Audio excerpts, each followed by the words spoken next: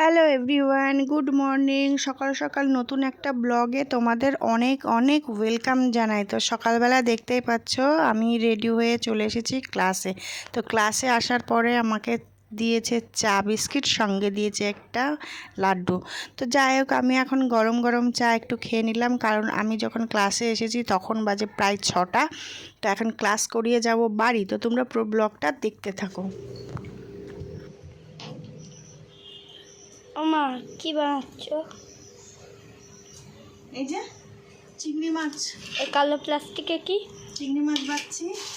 এটাই এখানে এখানে এসে নিচে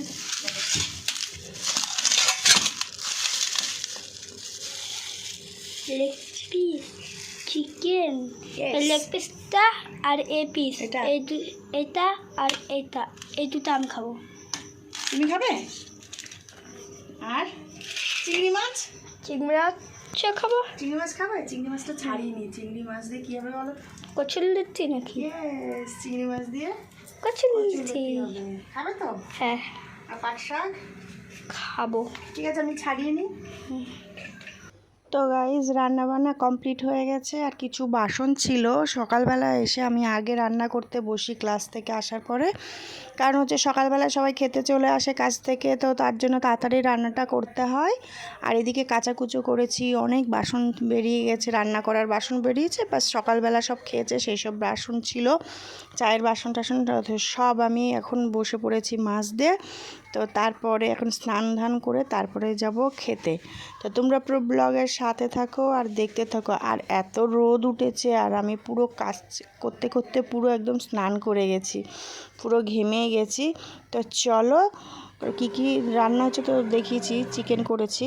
আর বিকালে চলে এসেছি, একটা কালী পুজোর নেমন্ত্রণ ছিল, তো সেইখানেই দেখতে পাচ্ছ আমরা রেডি হয়ে চলে এসেছি। যে আমি, আমার ছেলে আর বাকি আছে আরেকজন বড়টা রয়েছে ওই দিকটায় বসে।